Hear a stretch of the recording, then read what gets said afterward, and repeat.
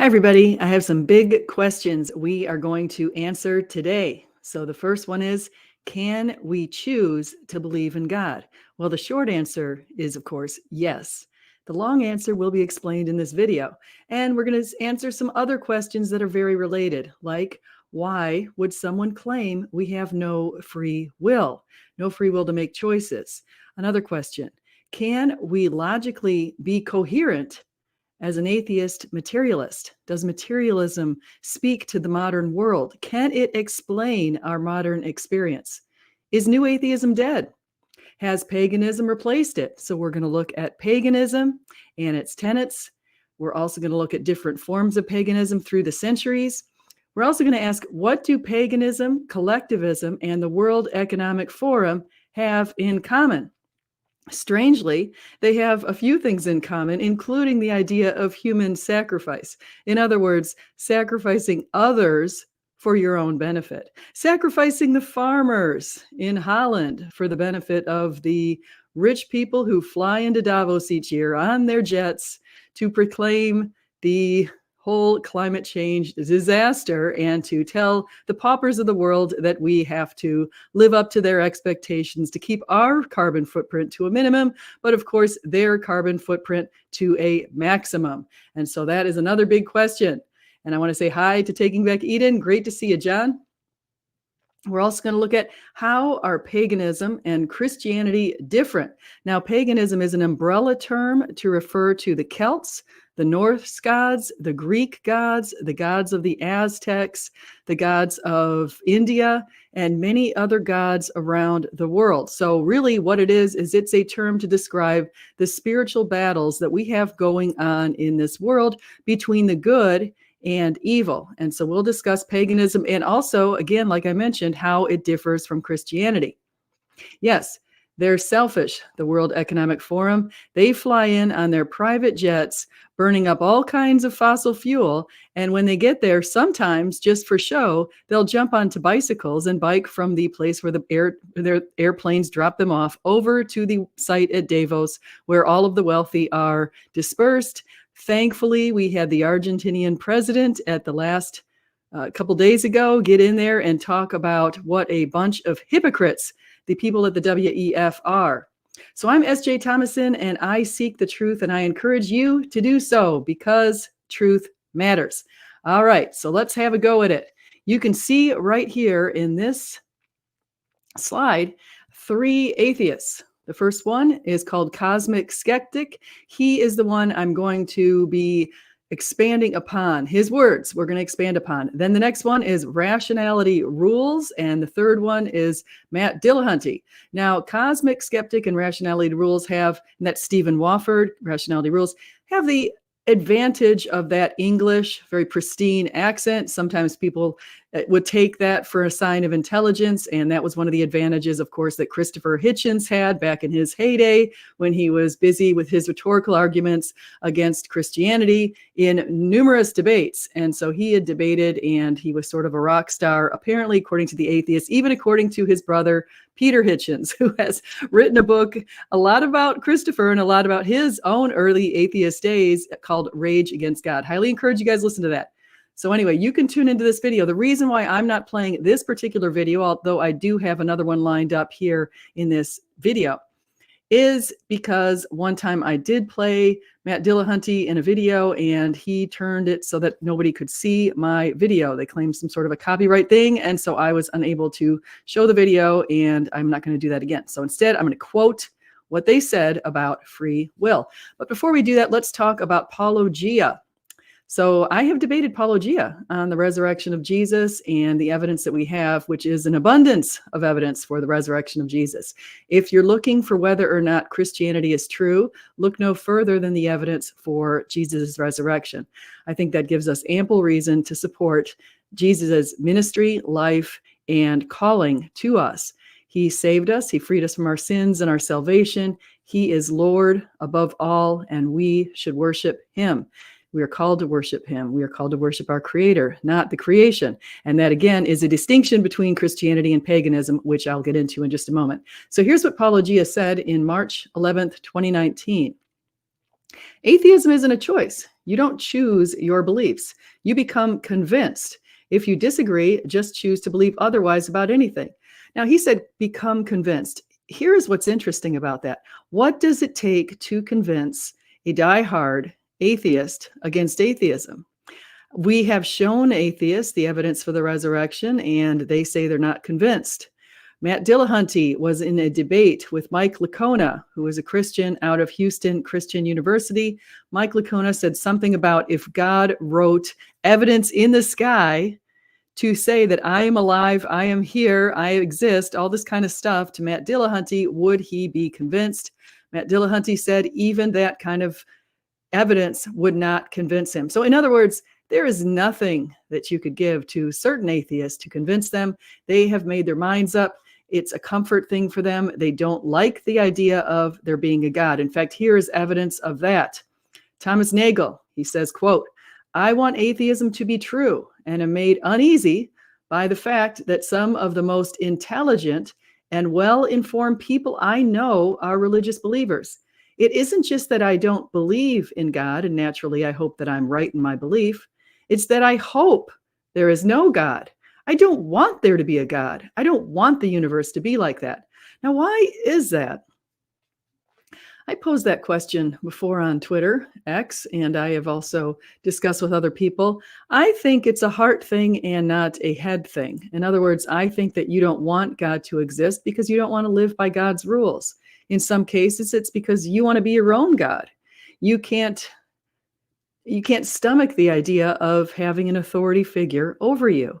Sadly, in a study that I recently composed myself, it's in the journal called Ethics and Behavior, I looked at the world value surveys. I isolated thousands of people from the United States, and I looked at justifications for various moral activities that were morally questionable, things like prostitution, abortion, suicide, etc.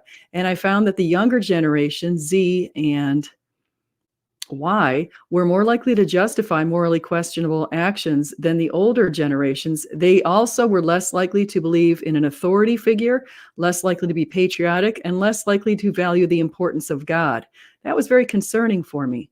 And I think that that could be attributable to our world of social media and also an increase in an interest in things like paganism and the occult. And so I'm going to talk a little bit about that as well. So here's what Cosmic Skeptic said about free will. Here's an exact quote from the video I just showed you from the Atheist Experience. It was a couple of years back, so maybe Cosmic has outlived or outgrown these opinions, but here's what they were at this point. He's a rather famous atheist. He went to Oxford, apparently studied theology and religion. I just watched an interview with him and Richard Dawkins, and I found it fascinating that it seemed like Alex was pushing back on Richard Dawkins and actually representing Christians pretty well in some of our arguments. So I think Alex is actually on his way to Christianity. You can tell him I said that, not that he knows anywhere who I am. I'm just a nobody over here in Florida, but that's what I feel.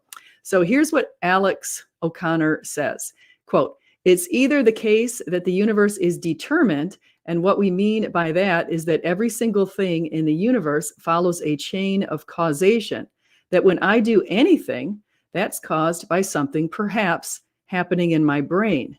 And that's caused by something else in my brain. And maybe that's caused by something that I saw that's external to the brain. And the thing that I saw is caused by something else. And you can trace it all the way back to the beginning of the universe. If that's the case, then everything is running on a train track of causation, and you don't have any control over it because everything that you do is subject to the causation that happened before you existed. That's one option. Now I'm going to refute these in just a second. Give me a second here. We'll get to the next part of his quote. The only other option, because it's either the case that it is true or it's not true. The only other option is that the universe is indeterministic. That means that at some point, when there is some kind of causal chain somewhere in there, there had to be an element of randomness. That randomness could exist outside of your brain or inside of your brain. But either way, randomness, by definition, you don't have control over it. Let me sum up his arguments. We have no control. That's the bottom line. Alex O'Connor's arguments for the existence of humans is we have no control over our brains because our brains are a function of our history, our ancestors, and all kinds of decisions made prior to our existence. Here's the key to his arguments. We're irresponsible robots controlled by forces of nature, living as lucky beneficiaries of chance and randomness on a planet with no purpose, no meaning, and no ultimate truth. Well, the simple fact we all seek purpose and meaning is a delusion, according to people like Alex O'Connor, who believes in a materialistic explanation of the world. We can take the blame for none of our actions. You see how entertaining an idea this would be to an atheist who at one point knows that he'll be standing, knows in the back of his mind, one day he's going to be standing in front of his creator, his maker, and he is going to claim that everything he did in his life had been caused by factors beyond his control. That is the bottom line. That is why they're so likely to claim they have no control. They don't want to take control. They don't want to take personal responsibility. They want to blame it all on functions of their genes, random splats, lucky beneficiaries, cosmic splats, all that kind of stuff. Cosmic skeptic might, quote, thank their God, that's our God, for the rule of law. Because if we have no constraints living as atheists, no constraints, no control, no objective morality, unless we have a rule of law, our society would be a complete disaster. So they should really be thanking God for the fact that he has created structures and societies where we do feel personal control, personal responsibility. And I have evidence of that from multiple studies, which I'll show you in just a moment. Back to more of Cosmic Skeptic. Life doesn't work like Cosmic Skeptic thinks it does. His arguments assume what they call biological determinism. That's separate from theological determinism, meaning that God had caused everything in our existence. Biological is saying that our genes have caused everything, our history of genes, our ancestors, our brain composition, the wiring in our brain, all of that is in control, and we are just operating as mere robots, as dancing to the tune of our DNA, according to people like Richard Dawkins. His arguments suggest our existence is bounded in time with a backward running train that informs all actions today from the past. In other words, instead of a forward running train, as we know, time marches on, time moves forward, his train runs backward into the past to grant him freedom from the decisions that he makes today, because he's pulling from the past, saying he is merely a function of his ancestors and their decisions were a function of previous ancestors, and so on and so on and so on as nauseum. Now, the problem, of course, is it's all contingent, because that kind of a system is contingent on life before. And we know that if we go far back enough, we're going to get back to the very first ancestors. And if you go back in the universe to the very first start of the universe, and there has to be an unmoved mover or an uncaused cause. And that, unfortunately, is what breaks the arguments of the atheist. His arguments are bounded in materialism, or the physical. He says we can't explain our immaterial minds separate from the physical components of our brains. The problem with that argument is it ignores abstract concepts, without which our lives are lived through a lens of an ape. In other words, if we have no abstract concepts, we might as well be a dog, an ape, a rat, because that's the level of understanding that we would have of the world around us. However, we know as humans, our level of understanding of the world around us is much more complex. It is full of abstract concepts, again, not explained by materialism. Materialism can't explain the value of art, which is merely a bunch of paint on top of a piece of paper. Materialism would say that it was the value of the paint and the paper, cents, 50 cents maybe $1. But instead, a painting is valued through an abstract way by humans looking at the painting and assessing its value based on what they consider it to be worth. And also, within this idea of no abstract concepts, we have no humor, imagination, human dignity, human value, love, joy, hope, truth, propositions, numbers, freedom, artistic evaluations, beauty. Notice one of the things the communists did when they came to our societies, starting mainly around 1918, 1917, first in the USSR and then spreading all throughout the globe, one of the things that we saw that they came is they hated the idea of love for your neighbor. They wanted to, of course, have you rat out on your neighbors. They hated the idea of beauty. Communism made sure that the world around was quite ugly. Buildings were ugly. They weren't built beautifully architecturally sound. They were built in ways that were just ugly little boxes. And so communism was not something that was building the kind of churches that we saw from medieval times. Communism also took away the value of human dignity. Human value was conferred by other people. You can see that same problem playing out with unborn children today. The value is conferred by the mother, assessing value of her child. If the mother named the child or assessed value for the child should live.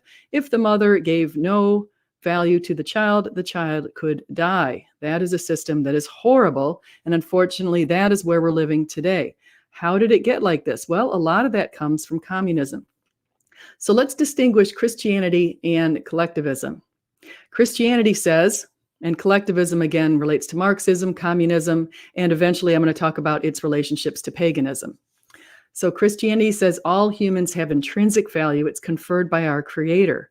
That is part, again, of our U.S. Constitution, the UN Declaration of Human Rights, and of course it goes all the way back thousands of years to Genesis 1:27. We are made in the image of God. We're God's image bearers, man and woman, made as God's image bearers. We have personal accountability to the world, but also to our Creator. So if we're not held accountable by the world, maybe we're a mass murderer, somehow escapes judgment, like someone like Joseph Stalin did, we can rest assured that eventually this person will stand in front of his maker or her maker and will be held accountable, period. We're not blamed for actions of the group into which we're born. In other words, unlike what we saw in other societies, it doesn't matter if we're born into a group of, say, white people, black people, whatever it is, we're not taking accountability for our ancestors before us because it's not our fault the way our ancestors acted before us. Of course, that goes against the atheist philosophy of someone like Cosmic Skeptic, who is basically acting out the brain cells of people who came prior to before him. We're independent. We like democratic processes, free markets, and we believe in the idea of human motivation. Human motivation is the essence that underlies exactly why communism fell. Because communists decided that everyone would be distributed amount of goods. Not everyone, of course, not farm owners, but many people in the cities were given the goods. It didn't matter exactly how hard they worked. Everyone was evenly distributed goods. And that is one reason why it failed. See Francis Fukuyama's book and many of his speeches on China and why China decided to go to free markets, to move towards free markets. It's still communist, but why it's decided to move towards free markets in the 1970s. It was interesting. Let me just quickly digress real quick. What they did in China was they had split up plots of land and they had given people responsibility over plots of land. So they said, okay, this entire group is responsible for, say, these 10 plots of land. And when everyone was responsible, people didn't work as hard because they realized if you worked hard or if you didn't work hard, we all got the same output. So human motivation was basically stifled. What happened was in one little plot of land, people decided to take individual accountability. So one family took one plot, another family another plot, and they realized that if they worked really hard on their plot, they could benefit from what came out of that plot of land. And the government looked at that and realized, okay, our system is failing, it's terrible, and it's one of the reasons why we're all impoverished and millions of people have died. And so communists decided to move towards capitalism, at least opening up some free markets starting in the 1970s. Sadly, recently it's gone more authoritarian under Xi Jinping, but I digress. He also is known for human atrocities. He's got people like 1.8 million Uyghurs locked up. Those are ethnic Muslims locked up in concentration camps right now. The world is not doing anything about that, which is sad because people are unfortunately scared of the size of China and its gross domestic product and its potential military output. How is Marxism different from that? Marxism says no individual accountability beyond the government. You're only accountable to the government. You're not accountable to your neighbors or to your creator. They also believe in group culpability. Okay, so you could be born into a prison or what they called in Russia, the gulags, or North Korea. You were born into that and you were guilty because your parents were guilty of some crime. And if your parents were guilty of the crime in North Korea, your neighbors, their relatives, their uncles, their aunts, their grandparents, everyone was guilty of the crime because one person within the group is guilty of the crime. That is exactly what's going on in China.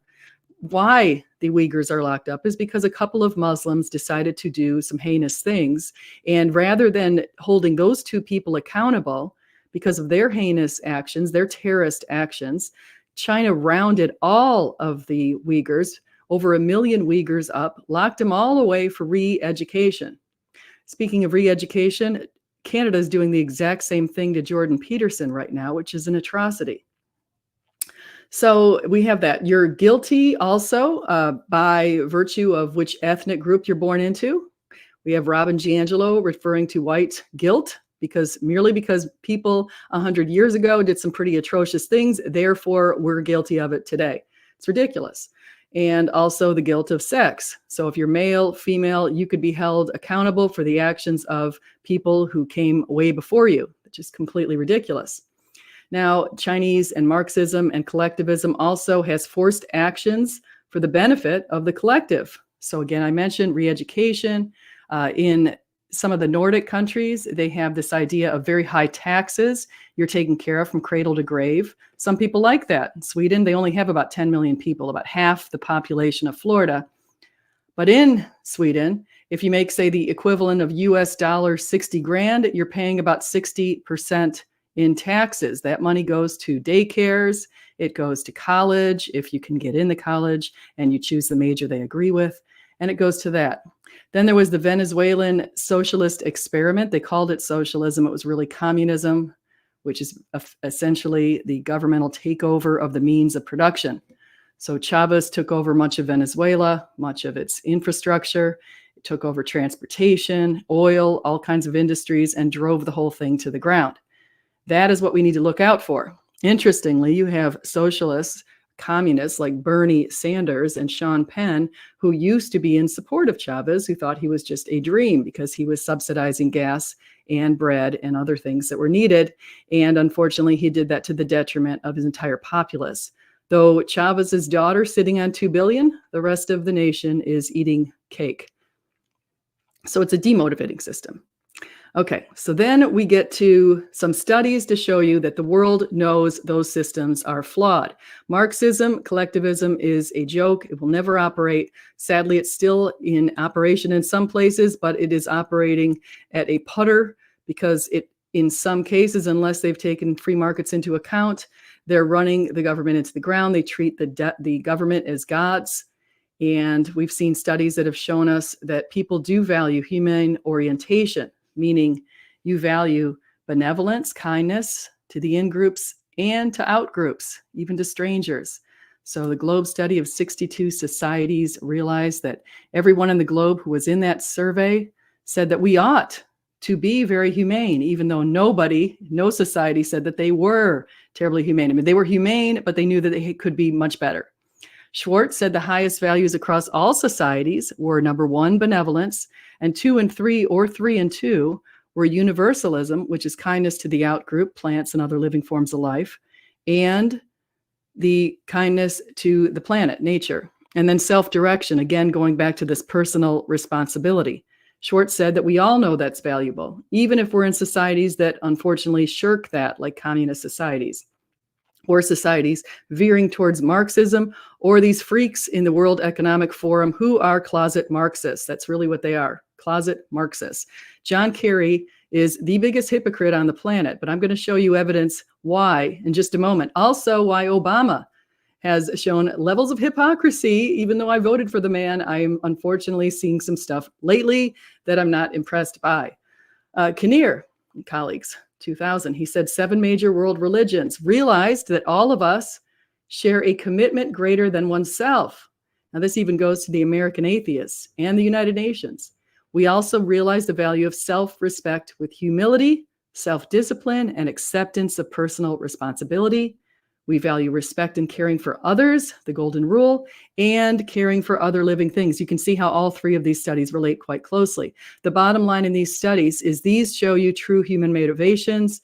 They show you true human values.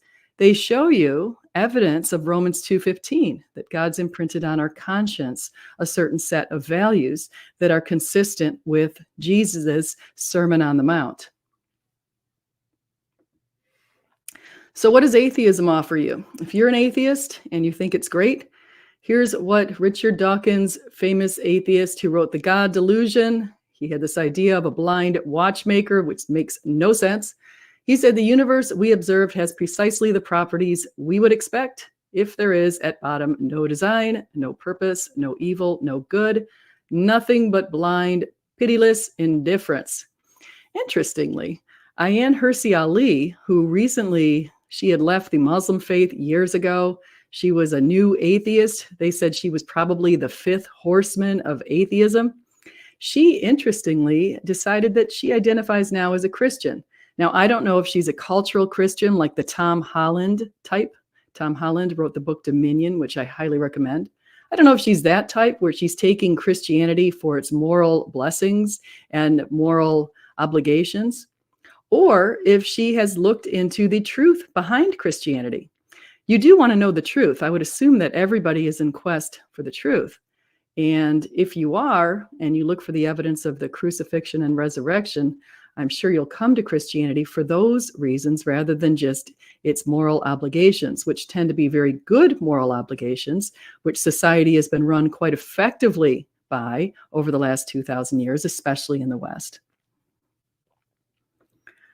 So here's what Richard Dawkins has to say. So here's something I just wanted to show you. We're going to get to this little nugget of a video, and you guys are going to enjoy it. So let me just get to play this. I want to say hi to everybody. See, Taking Back Even, Utopia Buster says atheism is waiting around for evolution to create utopia.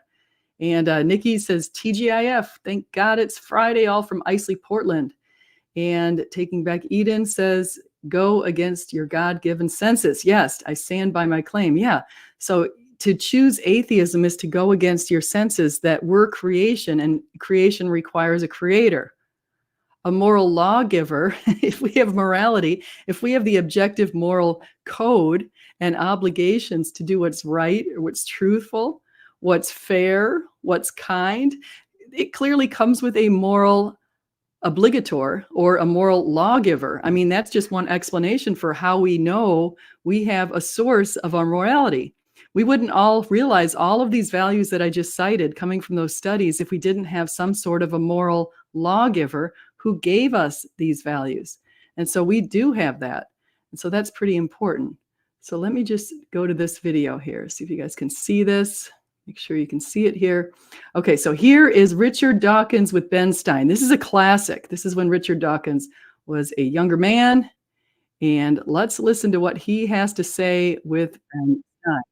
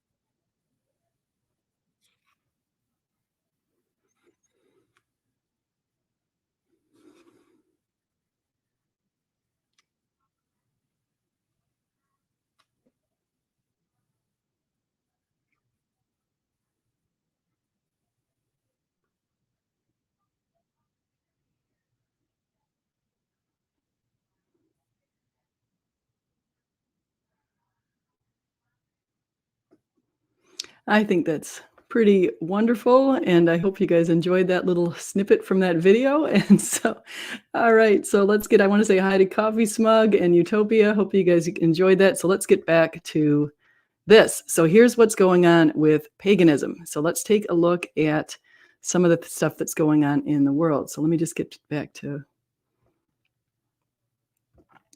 So bottom line is Richard Dawkins did see the idea of panspermia, which is saying that he's just putting off the idea of our God and saying that maybe there's a God in some other part of the universe that created life, and then somehow the life was seeded over here to the world, and we had now replicating cells. And so he doesn't know exactly how it formed. He doesn't want to give credit to God or the creator, and instead he really is kind of his own God.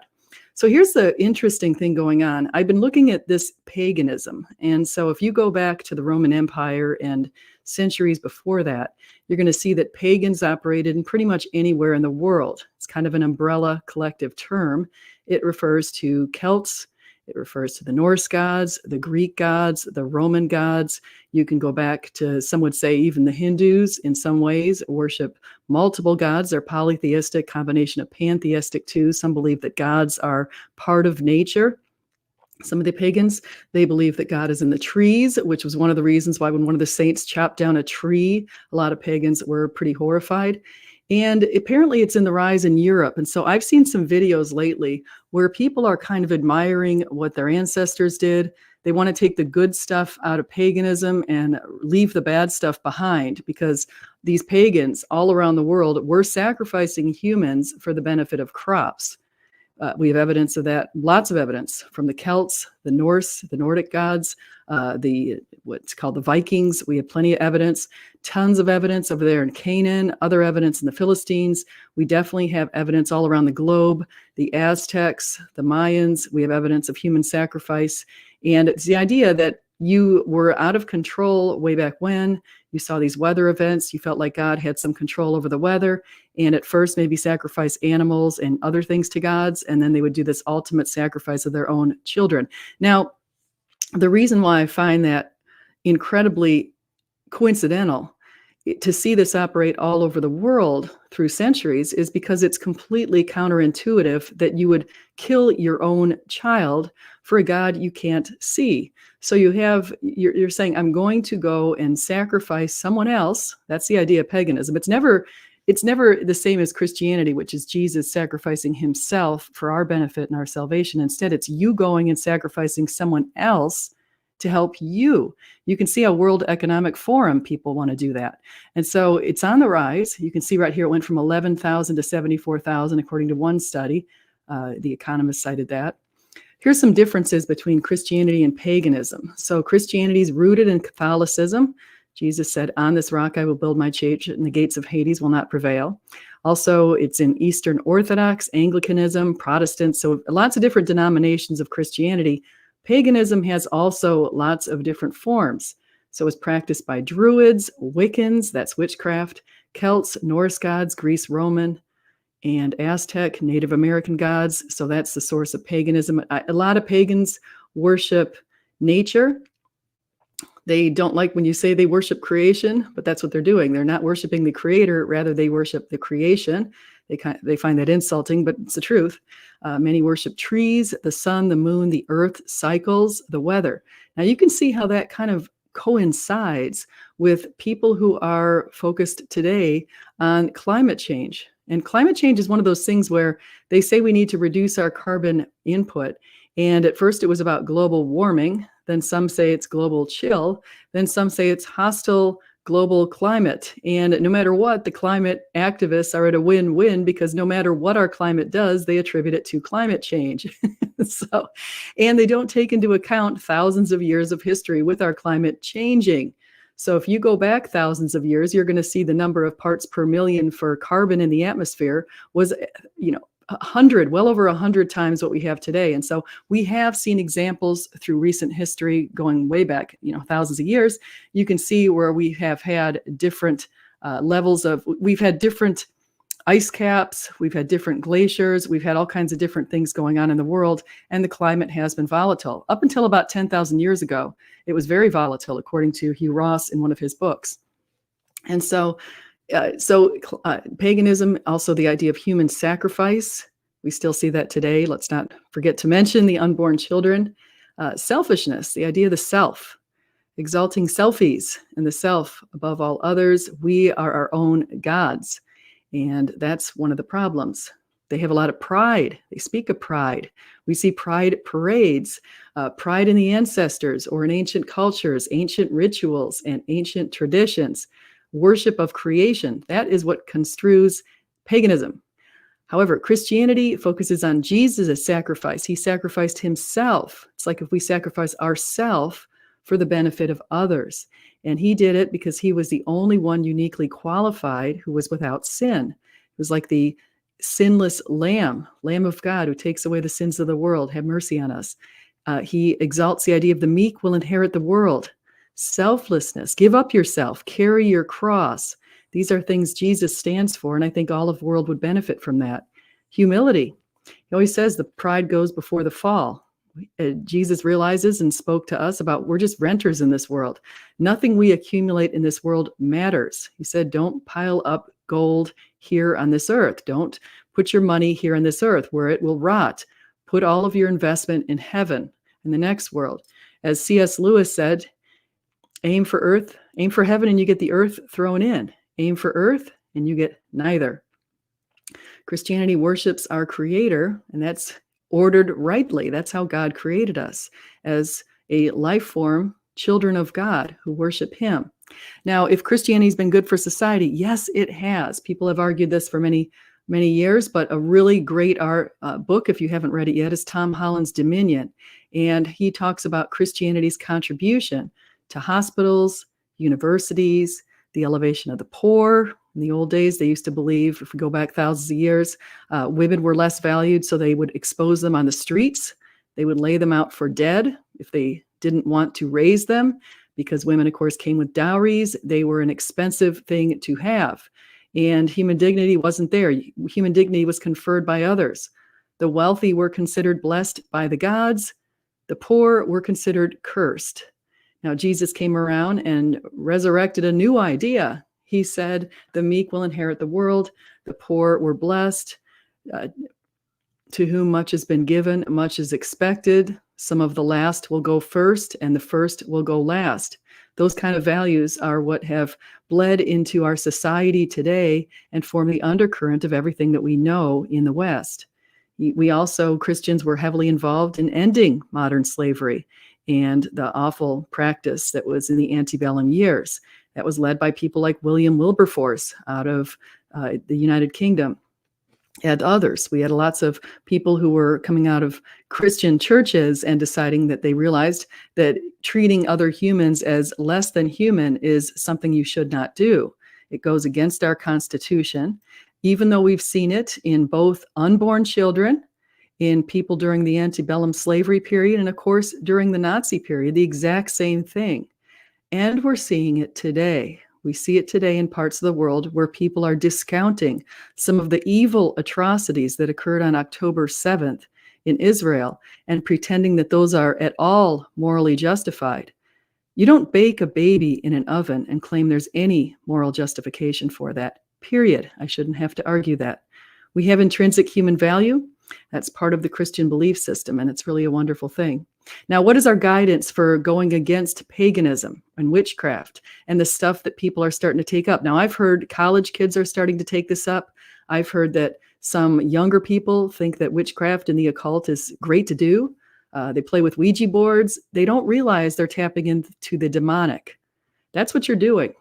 If you get a Ouija board, you start playing around with tarot cards, you go to people to tell your fortunes, fortune tellers, you go to sorcery, magic, you do spells and witchcraft, you are tapping in the demonic. That's all you're doing. And it's already been predicted. It says it in Deuteronomy 18:10-14.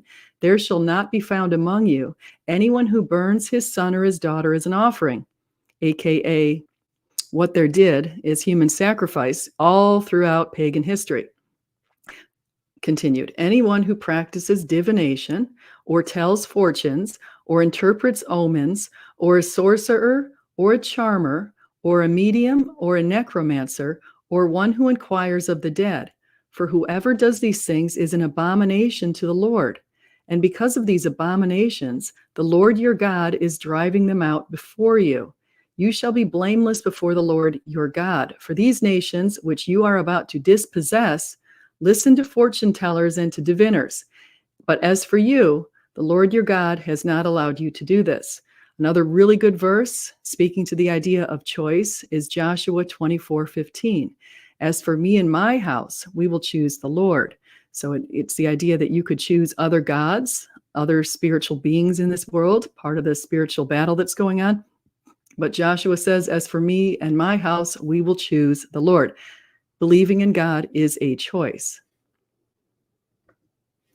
Otherwise, Psalm 82 also says, God has taken his place in the divine council. In the midst of the gods, he holds judgment. How long will you judge unjustly and show partiality to the wicked? Selah, give justice to the weak and the fatherless. Maintain the right of the afflicted and the destitute.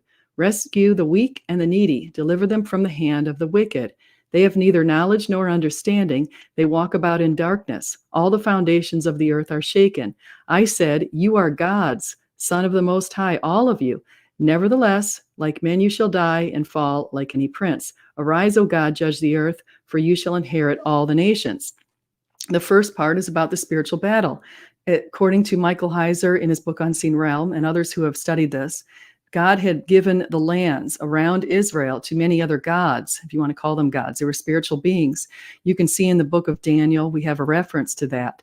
By Daniel, they had both Gabriel and Michael appeared to Daniel, but we have references to the god of Persia. So gods were given lands, and God basically took them away. So he says, arise, O God, judge the earth. That's Jesus.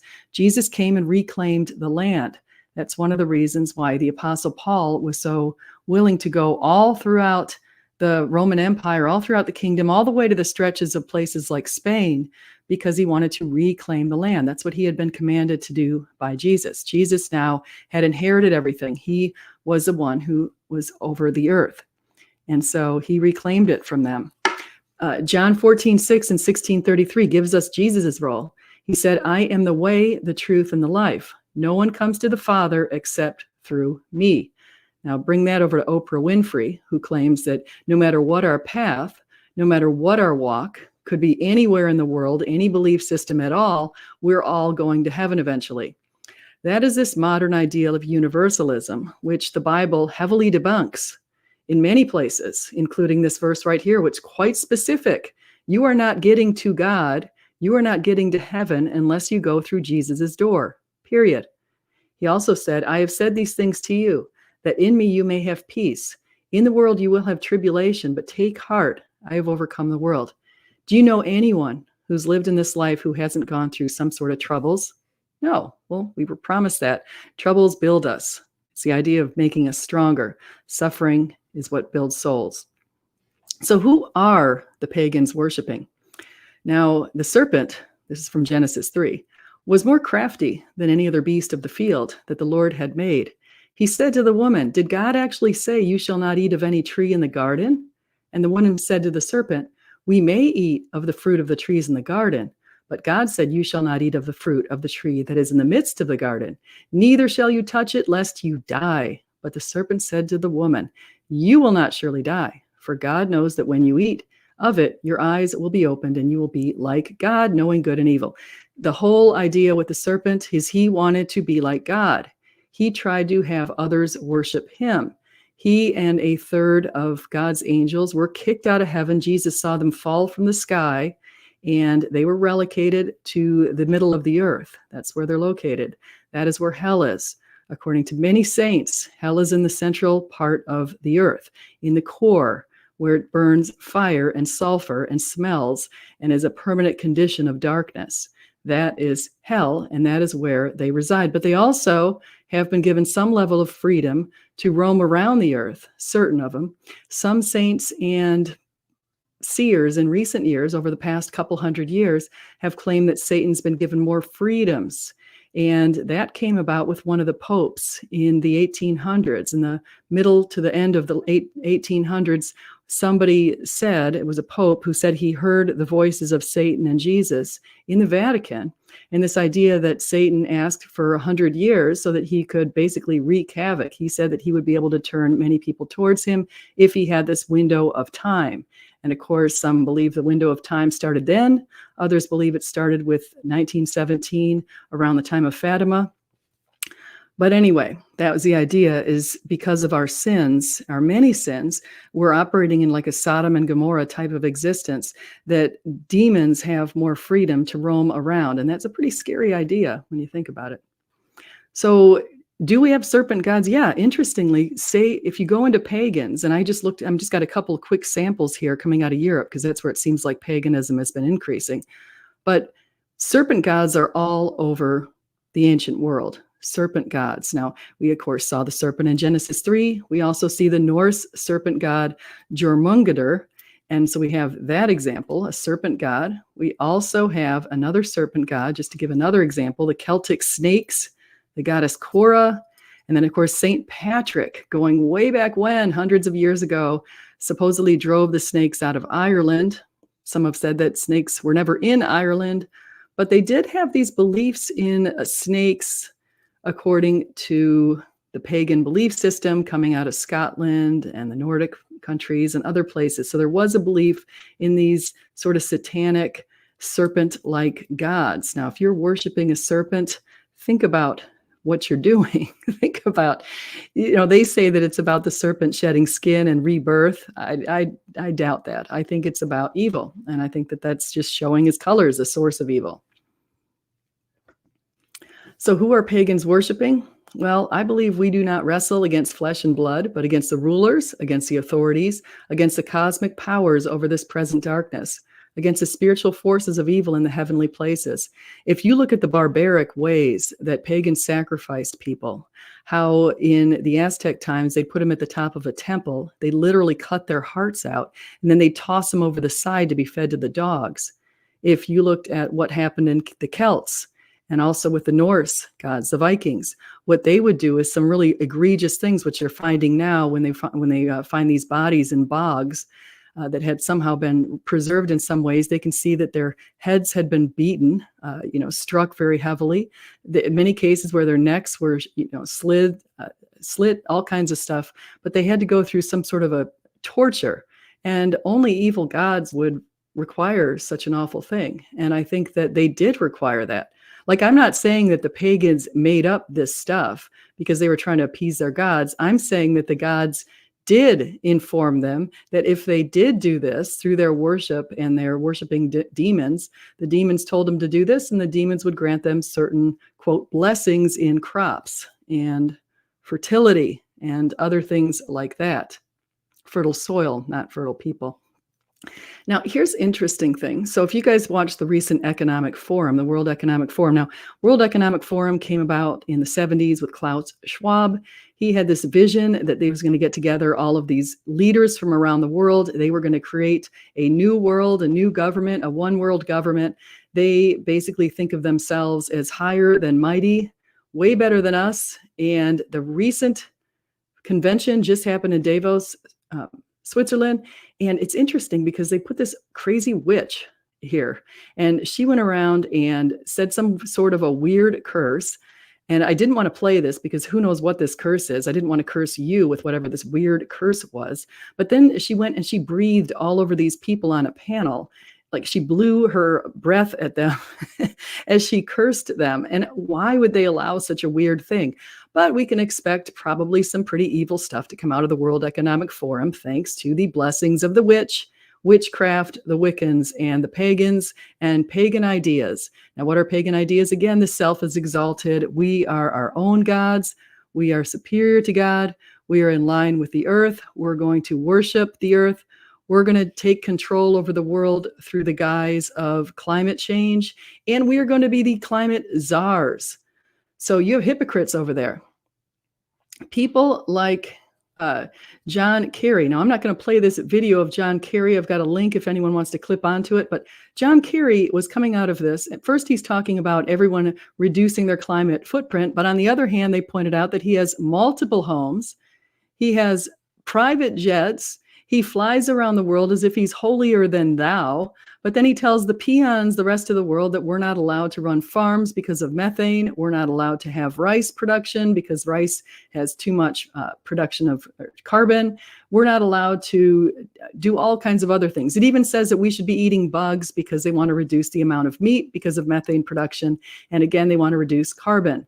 In fact, someone from the World Economic Forum was quoted in a business magazine in 2016. He said, by 2030, no one will own anything and everyone will be happy.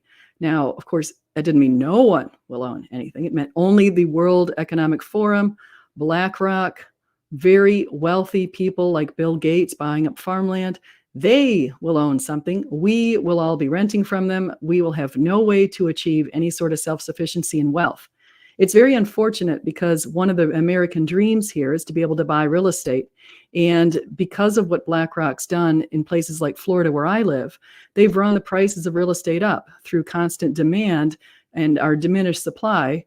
And our prices are pretty exorbitant. The other things that they've done is get involved in local governments, which have charged rather excessively for building costs, permits, things like that. But I digress. The point is, it's very difficult for the younger generation now to buy a house here in Florida. And that's very unfortunate. And it's a function of these nitwits who are restricting, who are getting in there and buying up a lot of our stuff so that they can rent it back to us. And again, very unfortunate stuff coming out of the hypocrites. But let's see what else the hypocrites are doing. Oh, look at this.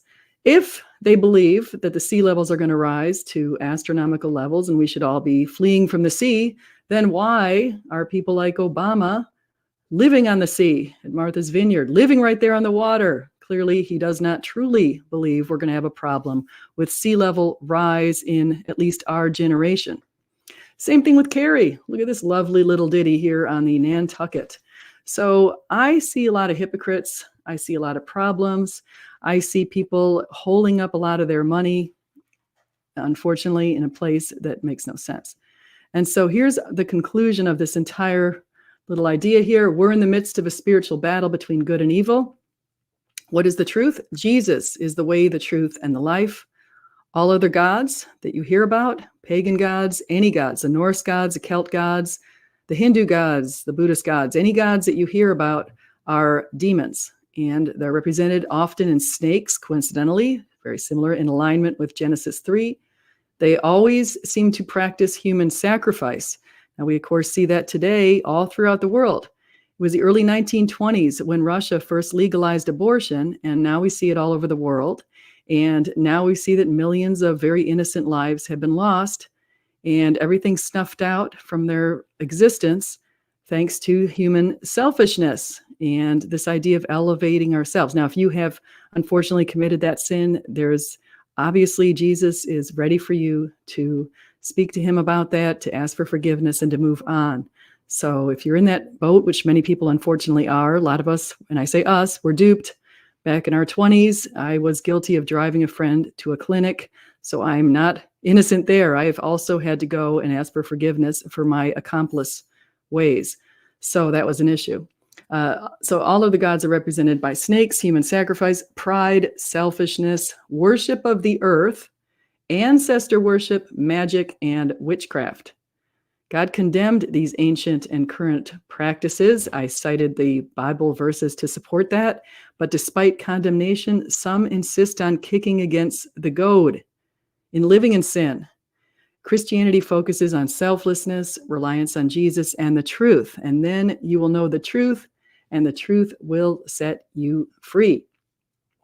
So good to see all you guys in here. I see what we have here. Utopia Buster says they're selling that property after Oblami had his cook unalived?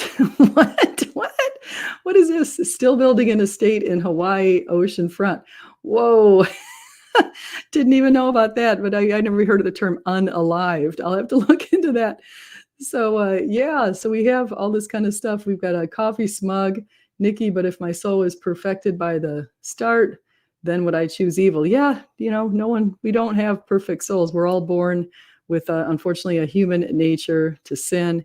And the only way to really get over it, I've found, is to call on Jesus and to ask for help.